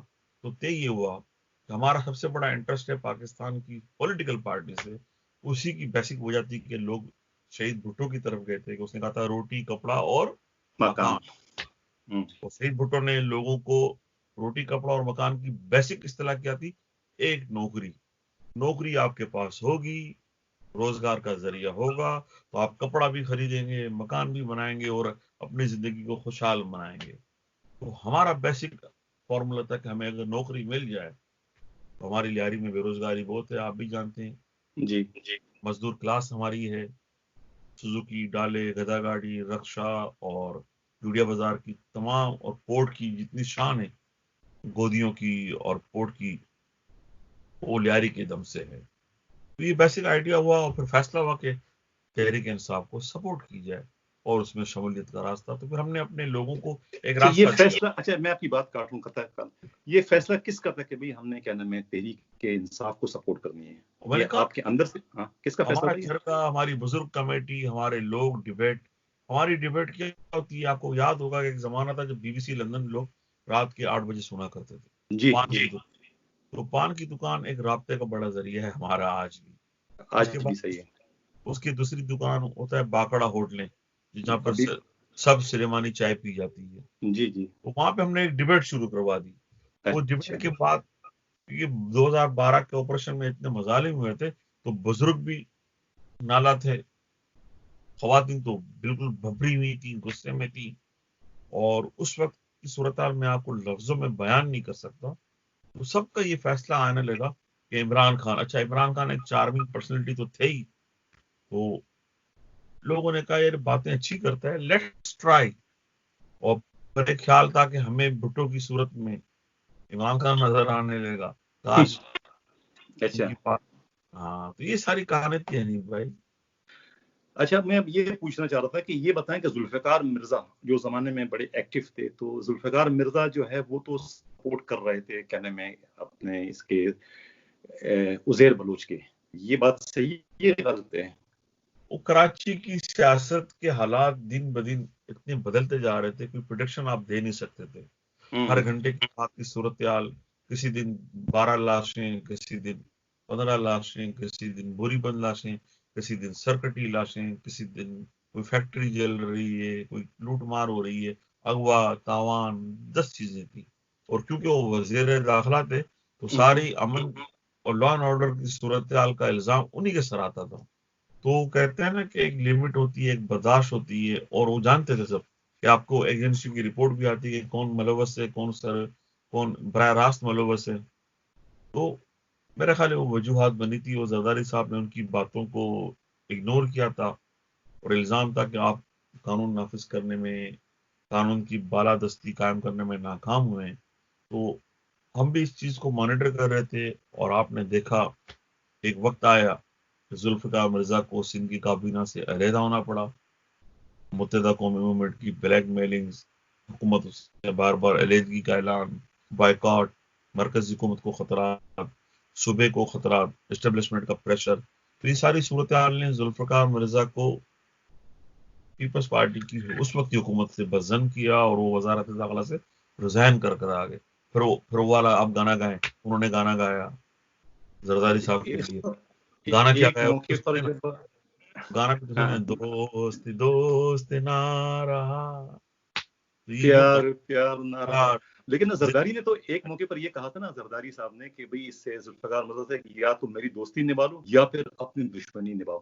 مطلب زرداری صاحب کو یہ خیال تھا یا یہ غلط فہمی تھی کہ یہ الطاف حسین کی مخالفت میں یہ سب کچھ کر رہا ہے، جبکہ سیاسی اس وقت تقاضا یہ تھا کہ ایم کیو ایم سے یا ان سے نہ بگاڑی جائے، کیونکہ ایم کیو ایم سے بگاڑ کر پیپلز پارٹی حکومت سندھ میں نہیں کر سکتی تھی. زرداری صاحب کا میرا خیال یہ تھا. بھٹو صاحبہ ہوتی تو ماضی میں بھی یہ ہوا، تو ان کی وہ حکومت سے علیحدگی اس وقت بھی بیسک وجہ متحدہ تھی کہ اس وقت کی اسٹیبلشمنٹ متحدہ کو استعمال کرتی تھی. بائیکاٹ، اسمبلی سے بائیکاٹ، شہر میں ہڑتالیں. آپ کو یاد ہوگا کہ ایک ہڑتال 3 ارب کا نقصان دیتی تھی کراچی. بالکل بالکل. اور ہڑتالیں کہ لوگ سارے کس وقت گینڈا سوامی نارائن اعلان کرے کہ ہڑتال ہڑتال، ہم نے سب نے سنا ہے.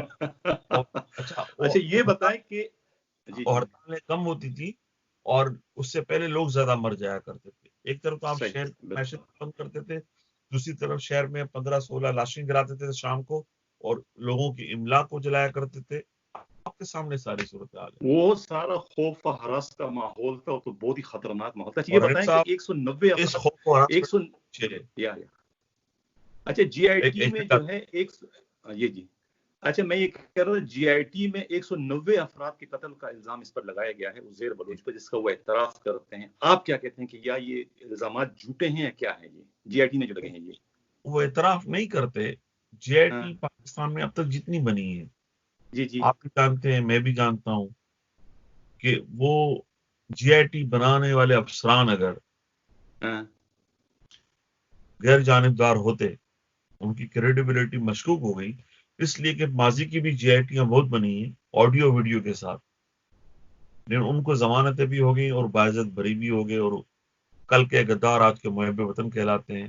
تو میں سمجھتا صحیح کہ بات ہے. جے آئی ٹی تو دیکھیں خود ڈاؤٹ فل ہو گئی، اس کی کریڈیبلٹی بالکل زمین دوز ہو گئی، ملیا میٹ ہو گئی. زیدی صاحب کہتے ہیں کہ ہمیں یہ جے آئی ٹی کوئی موٹر بائک پہ آ کے دے گیا. موٹر بائک پہ تو اکثر لوگ پیزا دینے آتے ہیں. دوامی صاحب یہ وفاقی وزیر کی بات کر رہے ہیں ہم، صاحب، علی زیدی کی. علی زیدی صاحب تو پتہ نہیں کیا کس طرح کی باتیں کر رہے ہیں، سمجھ نہیں. جن لوگوں نے بھی جے آئی ٹی دی تھی ان کا ایک مقصد تھا کہ علی زیدی پولیٹیکل آدمی ہے، اگر مجھے جے آئی ٹی آتی اس طرح تو میں اگلے دن پریس کلب میں جا کر پریس کانفرنس کرتا، دھواں دار. بالکل بالکل. تاکہ وہ بلدیہ کی جو فیکٹری تھی جو ہمارا ہب ڈسٹرب ہوا تھا، وہ کراچی کی ایکسپورٹ کو جو بہت بڑا داغ لگایا تھا اس کو میں ایکسپوز کرتا، تو آج یہ وہ لوگ باعزت بری نہ ہوئے ہوتے.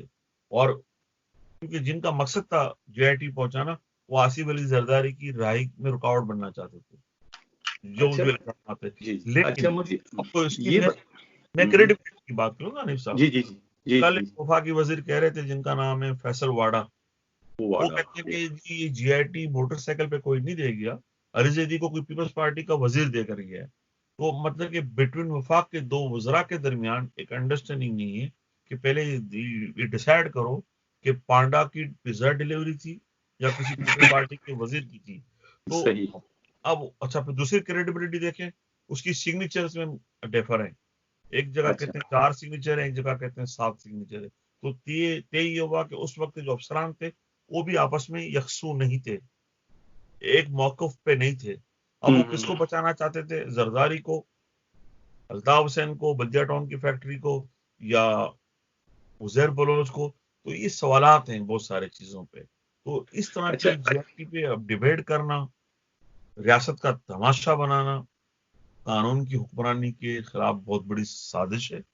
تو میرا یہ مشورہ ہے آپ کے توسط سے، میں اکثر چینل میں یہ کہہ چکا ہوں، بار بار کہہ رہا ہوں، ہماری بات اوپر تک چلی جائے کہ جناب اب آپ ساؤتھ افریقہ کے طرز پر ایک ٹروتھ ریکنسیلیشن کمیشن بنائیں. 35 سال کی کراچی کی بربادی، اس کی روشنیوں کے دشمنوں کو کٹہرے میں لایا جائے. آپ گلٹی پلیڈ کریں، تسلیم کریں، پھر ریاست آپ پہ فیصلہ کرے گی کہ جناب ہم نے آپ کو سزا دینی ہے یا معاف کرنا ہے، اور آئندہ کے لیے نصیحت کرنی ہے کہ انسان دا پتر بن جاؤں. اچھا حبیب جان، یہ بتائیں کہ آپ بہت قریب تھے کس کے، عزیر بلوچ کے، تو آپ نے کن کن شخصیات کو ان کے پاس آتے ہوئے دیکھا، کیا کیا پیغامات لاتے ہوئے دیکھا، اور کیا تحفے تحائف انہوں نے لائے تھے، یہ بتائیں ذرا. حنیف بھائی عزیر بلوچ کا نام ڈالیں گوگل بادشاہ پہ تو گوگل بادشاہ، گوگل آپ کے زبانی آپ وٹنس ہو نا، تو آپ کی بات زیادہ اہمیت ہے. گوگل انکل فوراً آپ کو ساری باتیں بتا دے گا. تو آپ بتائیں، آپ جب اتنا بڑے محاذ پر نکل پڑے تو بتانے میں کیا ہے. کچھ چیزیں گردش کر رہی ہیں، پیپلز پارٹی کے بھی لوگ ہیں، مسلم لیگ کے بھی لوگ ہیں، پی ٹی آئی کے بھی لوگ ہیں، جماعت اسلامی کے بھی لوگ ہیں، اور کچھ ریاستی بھی لوگ تھے. لیکن وہ شاہد افریدی وہاں آتا رہا ہے، مولانا طارق جمیل صاحب آتے رہے. حنیف صاحب آپ دیکھیں، آپ بھی جانتے ہیں بہت کچھ، لیکن میں نام یہاں نہیں لوں گا کیونکہ میری وکلا سے بات ہوئی ہے. اچھا. وکلا نے مشورہ دیا ہے کہ ہمیں یقین ہے کہ عدالت بلائے گی، تو میں اپنی بہت ساری باتیں عدالت کے لیے چھوڑتا ہوں تاکہ عدالت کو ہماری مدد حاصل ہو سکے، اور پھر پاکستان کی عدالت میں فیصلہ کرے کہ جناب. مجھے یہ بتائیں، آپ کا یہ موقف ہے نا کہ عزیر بلوچ بے گناہ ہے، آپ یہ کہتے ہیں نا، آپ کا اب اسی پہ فائٹ کر رہے ہیں. میں نے بے گناہ نہیں کہا، میں نے یہ کہا کہ الزامات بھونڈے ہیں. اچھا. اور جو چیزیں اس کا حقائق سے کوئی میل ملاپ نہیں ہے. تو جب تک مذہب بھی میرا یہ کہتا ہے کہ جب تک گناہ ثابت نہ ہو جائے آپ اسے ملزم یا مجرم نہیں کہہ سکتے. ٹھیک ہے جی. اب آپ نے کراچی کی صورتحال میں دیکھنا ہوگا کہ اگر فرض کریں کراچی میں 70,000 لوگ شہید ہوئے ہیں یا مار دیے گئے ہیں، ہر زبان کا بولنے والا، رکشے والے سے لے کر قانون نافذ کرنے والے ادارے کے لوگ. ٹھیک ہے جناب. اب مذہب بھی کہتا ہے، دنیا کا قانون کہتا ہے کہ آپ کو سیلف ڈیفenس کا حق حاصل ہے. اب اس دفاع میں ایک فورس تیار تھی کراچی میں جو براہ راست بھارتی را ایجنسی کے پیرول پہ کام کر رہی تھی. یہ بالکل میں نہیں کہتا.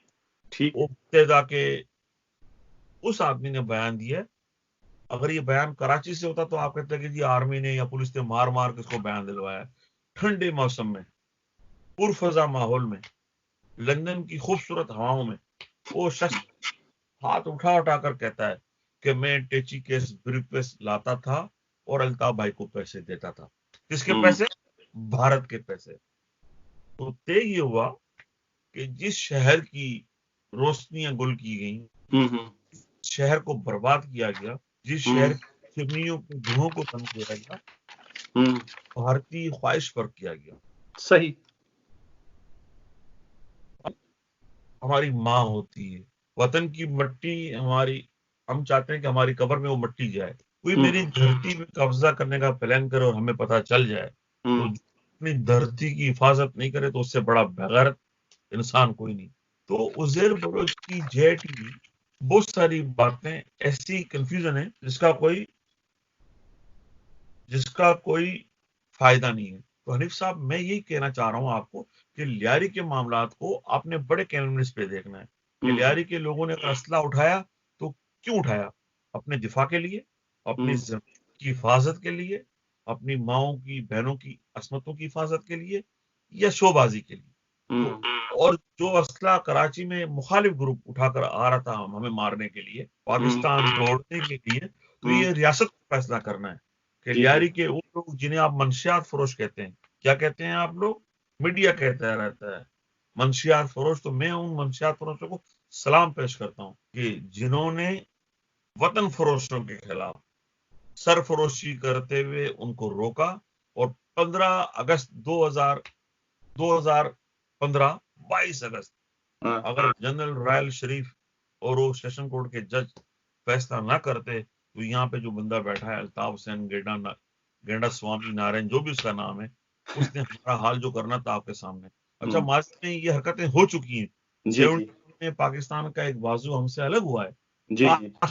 بنگلہ دیش میں بھی لیاری ہوتا، مشرق پاکستان میں بھی لیاری ہوتا، کوئی رحمان ہوتا، کوئی عزیر ہوتا، کوئی ظفر ہوتا، کوئی حبیب جان ہوتا، تو ہم بتاتے اس وقت ہندوستان کو کہ اچھا یہ بتائیں حبیب جان، یہ بتائیں کہ ایک تو الزام یہ بھی ہے اس پر، کیا نام ہے آپ کے دوست پر، عزیر بلوچ پر، کہ بھئی وہ ایک را کے لیے اور ایرانی انٹیلیجنس ایجنسی کے لیے بھی کام کرتا تھا. کیا اس میں بھی کوئی صداقت ہے کہ نہیں؟ آپ کیا کہتے ہیں اس پر؟ جب عزیر کا کوئی قریبی بندہ انور کی طرح انکشافات کرے گا تو میں مان لوں گا. اچھا اگر عزیر را کا بندہ ہوتا تو آج میں آپ کے سامنے بات نہیں کر رہا، میں نے ہوتا، کیونکہ ہم نے سب سے زیادہ مزاحمت کی ہے ہندوستان کے خلاف، یہاں پہ الطاف کے گھر کے باہر بھی اور کراچی میں بھی. تو را والے تو پہلے کہتے عزیر سب سے پہلے تو اس کو فارغ کرنا. ہاں، الطاف کی خواہش پر رحمان ملک نے لیاری سے میری سیاست کو مائنس کروانے کے لیے پیپلز پارٹی پہ زور ڈالا. تو الطاف پہ زور ڈالنے والے را کے ایجنٹ ہوں گے 110%. عزیر ایجنٹ تھا، عزیر ایجنٹ ہے کس کا؟ اپنے عوام کا، اپنے پاکستان کا، آپ کا، میرا. یہ بھی ایک سوال ہے کہ جناب رحمان ملک جو ہے، رحمان ڈکیت جس کو کہتے ہیں، رحمان ڈکیت، وہ سنا ہے کہ استعمال ہوا تھا بے نظیر والے میٹر میں، لیاقت باغ میں. پھر اس کو ٹکانے لگانے میں بھی اس کا کیا نام ہے، عزیر بلوچ کا نام یہ ہے کہ عزیر بلوچ نے ہی اس کو مارا ہے. کس کو؟ رحمان. یہ جو خبریں آ رہی سننے میں، خالد شہنشاہ کو بھی کیا نام ہے قتل کرانے میں عزیر بلوچ کا نام لیا جا رہا ہے. اس پہ کیا کہتے ہیں آپ؟ دیکھیں، شہید بے نظیر صاحبہ کو 2007 میں شہید کیا گیا. جی آج 2020 میں ہم یہ بات کر رہے ہیں تو 13 سال ہو جی 13 سال ایک لمبا عرصہ ہوتا ہے. 5 سال آپ خود صدر پاکستان تھے جس کا نام تھا آصف علی زرداری صاحب. آپ سپریم کمانڈر بھی تھے. رحمان ملک وزیر داخلہ تھا. صوبہ سندھ کی حکومت آپ کے پاس تھی. میں یہ معلوم کرنا چاہتا ہوں کہ پھر آپ نے اس الزامات کی تحقیقات کیوں نہیں کی؟ آپ نے کہانیاں بنائی ہیں، آپ کی آئی بی نے کہا، آپ کی ایم آئی نے کہا، آپ کی آئی ایس آئی نے کہا. اس وقت جنرل مشرف نے کہا کہ جی کون سا مسعود احمد مسعود کیا نام تھا اس کا، انہوں نے جی آپریشن افغانستان سے آپریٹ کیا وغیرہ وغیرہ. سر، بے نظیر بھٹو کے لیے عزیر بلوچ قربانی تو دے سکتا تھا اپنی جان کی، وہ اس کی جان نہیں لے سکتا تھا. نہیں، یہ میں نہیں کہہ رہا ہوں عزیر بلوچ نے نہیں، عزیر بلوچ یہ لوگوں نے یہ تو دیکھیں نا، رحمان ڈکیت کا الزام تھا. آپ کے میڈیا کی ٹیبل اسٹوری ہے وہ رحمان ملک سے کیوں کوئی نہیں پوچھتا کمبخت سے کہ تم اس دن دھماکے کے بعد کہاں گئے تھے بھاگ کر؟ بالکل آپ کا مطلب ہے کہ رحمان ملک جو ہے اس سے پوچھنا چاہیے کہ بے نظیر بھٹو کے قتل میں اس کا کیا ہاتھ ہے، مطلب وہ بھی یہ کہنا چاہ رہے ہیں تو کیا؟ ایک سوال پوچھا جائے، وہ تو رحمان ملک تو آنے والی انٹرنیشنل ٹیم کو لکھ کے دیتا ہے کہ آپ نے یہ سوالات کرنے، اس نے اپنی بک میں لکھا ہے، جو آج کل آسٹریلیا کا وزیر اعظم یا وزیر خارجہ ہے. تو یہ ساری دیکھیں نا، عزیر بلوچ تو بی بی کے شہید ہونے سے لاوارث اور یتیم ہو گیا، لیاری یتیم ہو گیا. جو بینیفیشری تھے، جو صدر بن گئے، جو وزیر بن گئے، بے نظیر بھٹو زندہ ہوتی تو کیا رحمان ملک وہ مشیر بھی بننے کے قابل نہیں تھا. اچھا مجھے آپ یہ بتائیں کہ کیا لیاری میں اب پیپلز پارٹی کا کتنا ہولڈ ہے؟ کیا مستقبل میں کہ لیاری سے پیپلز پارٹی کو سیٹ دے سکتی ہے؟ تو ڈیپینڈ کرتا ہے سچویشن پہ. لیاری کے لوگوں کا شعور بڑا بلند ہے. جب پورا پاکستان آمریت کے تلوے چاڑتا تھا، جی پورا پاکستان، تو اس وقت لیاری جمہوریت کی جدوجہد کر رہا تھا، میڈیا کی آزادی کی جدوجہد کر رہا تھا. تو لیاری کے لوگ مجھ سے زیادہ، میری وہ مائیں جو باہر بیٹھ کر اپنے گھر چلانے کے لیے چھوٹی چھوٹی چاکلیٹ کی اور دکانیں چلاتی ہیں، اس زیادہ بہت شعور ہے. ان کے شعور کا یہ عالم دیکھیں کہ جب بیگم نصرت بھٹو لیاری آئی مرتضیٰ بھٹو کا الیکشن کمپین چلانے کے لیے، تو لوگوں نے کہا تم جاؤ اماں، ہم بہن کے ساتھ ہے. بھائی کدھر تھا؟ آپ نے دیکھا کہ بے نظیر بھٹو نے کے سامنے اس کا اپنا سگا بھائی صرف 2-2,500 ووٹ لے سکا. تو یہ شعور کی بات ہے. مجھے یقین ہے انشاءاللہ کہ لیاری کے لوگ جو فیصلہ کریں گے، جب بھی فیصلہ کریں گے، وہ اپنے شعور کے مطابق کریں گے، کیونکہ ہمیں یاد ہے کہ ہماری دیواریں آج بھی خون آلود ہیں.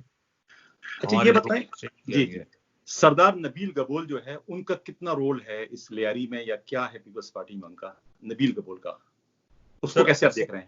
ہاں اب آپ نے بات کی نا، اب آپ آئے پوائنٹ پہ. نبیل گبول بنیاد ہے لیاری کے جھگڑے کی. اس جب ان کی انٹریاں بینڈ ہوئی اور لیاری نے جب فیصلہ کیا کہ مقامی لوگ ہی الیکشن لڑیں گے، ہمارے ہی لوگ الیکشن لڑیں گے، بالکل صحیح فیصلہ تھا یہ، بالکل کا دروازہ بند ہو گیا.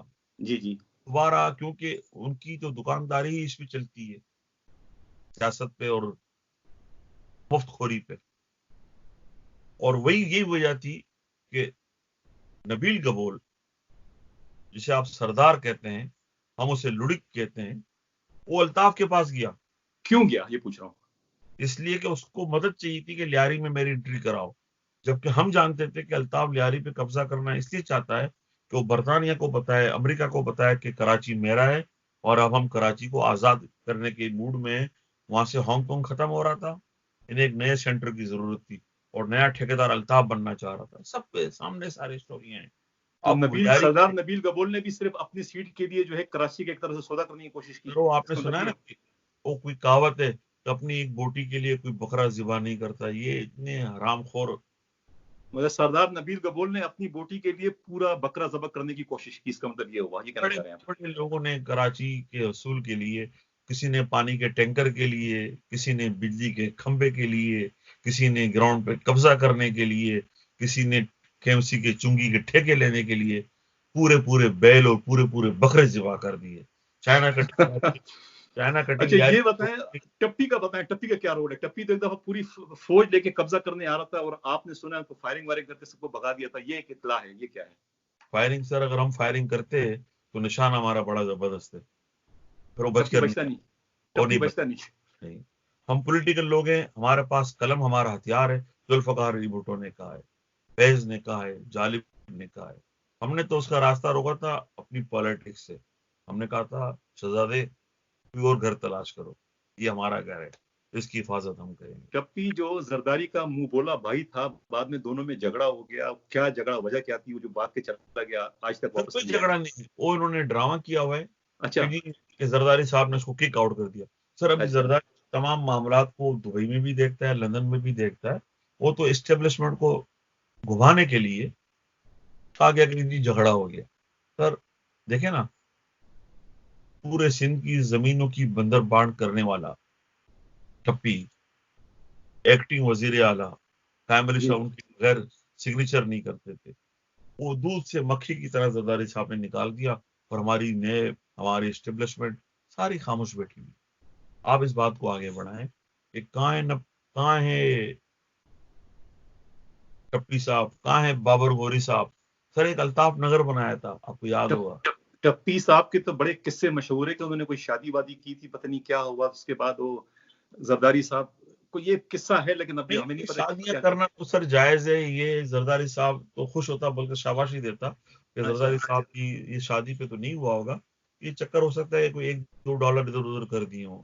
میں نہیں سمجھتا. اچھا یہ بتائیں کہ اپنا یہ عزیر بلوچ کے ہاں جو ہے چیف منسٹر صاحب بھی آئے تھے, اس کی فریال تالپور صاحبہ بھی وہاں پر آئی تھی جی, اور کیا نام ہے کافی لوگ آئے تھے ان کے گھر میں, یعنی کہ شرمیلا فاروقی صاحب بھی. شرمیلا فاروقی نے تو ان کو نماز بھی سکھائی تھی کہ نماز اس طرح پڑھیں. جی بالکل. جو سننے میں بات آئی ہے کہ بتائیں ایان علی کا سن رہے ہیں کہ وہ ان کا بھی وہ تعلق تھا, کیا کہتے ہیں آپ؟ سر ایان علی کو میں نے ٹی وی میں دیکھا ہے اور تصویروں میں دیکھا ہے, خوبصورت لڑکی ہے, ہر ایماندار آدمی ایمان ہو سکتا ہے. باقی شرمیلا فاروقی کی آپ نے بات کی, کیمل شاہ کی بات کی, تو وہاں لیاری ضرور گئے تھے, تصاویر بھی موجود ہیں.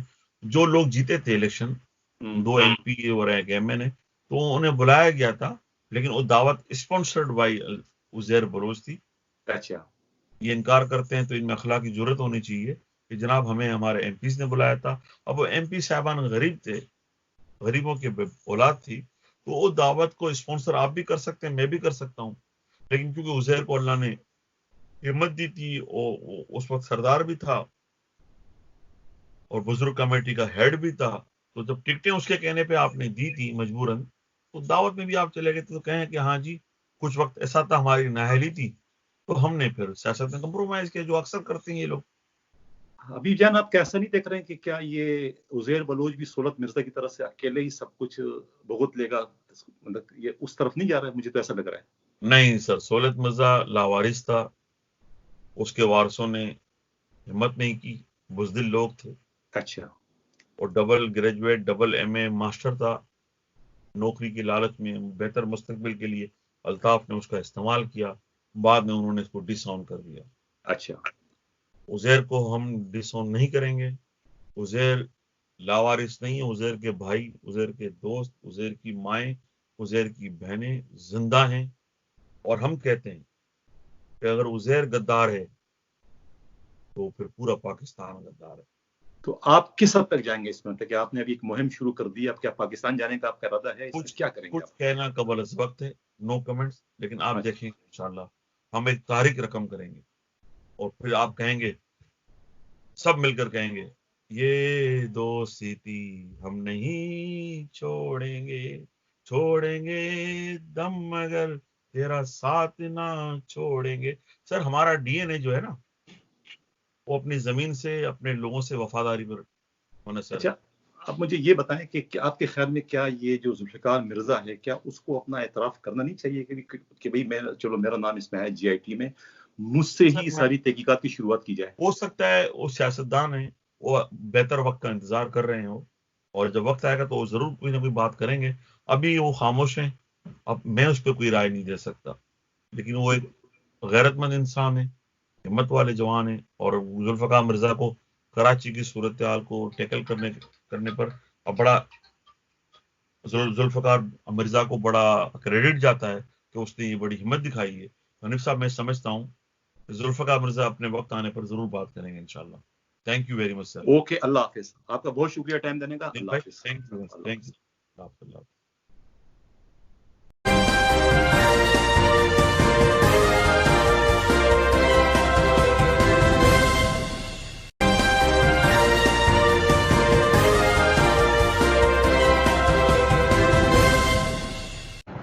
پاکستان میں اس وقت تحریک انصاف کی حکومت ہے, اور ان کی سب سے بڑی حریف جماعت نون لیگ کا دعویٰ ہے کہ تحریک انصاف نے ان کا مینڈیٹ چوری کیا ہے اسٹیبلشمنٹ کی گور میں بیٹھ کر. اسی حوالے سے بات کرنے کے لیے مسلم خون کی رہنما شمالہ رانا سے لاہور سے بذریعہ ویڈیو لنک ہمارے ساتھ موجود ہیں. ہم انہیں ویلکم کرتے ہیں. شمالہ رانا صاحب, یہ بتائیے گا کہ وفاق ہو, پنجاب ہو یا KPP, تینوں جگہ پر PTI کی حکومتیں, جہاں وہ چین کی بانسری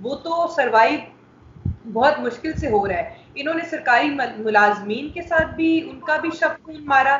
انہوں نے ایجوکیشن کے حوالے سے اگر دیکھا جائے تو اس بجٹ کو شہباز شریف اور نواز شریف کی گورنمنٹ کے اندر اس کو 50% آپ نے کمی کر دی. آپ نے ہیلتھ بجٹ کے اوپر آپ نے 50% جو ہے ہمارا 46 ارب روپیہ جو تھا وہ مختص تھا ہیلتھ کے لیے, لیکن اس سے زیادہ شہباز گورنمنٹ نے اس کے اوپر خرچ کیا. اور ہماری اولین ترجیح تھی نواز شریف حکومت کی کہ ہم لوگوں کو صحت, لوگوں کو روزگار, لوگوں کو ایجوکیشن اور جو ان کی معیار زندگی ہے اس کو بلند کریں, اور وہ ہم نے کیا.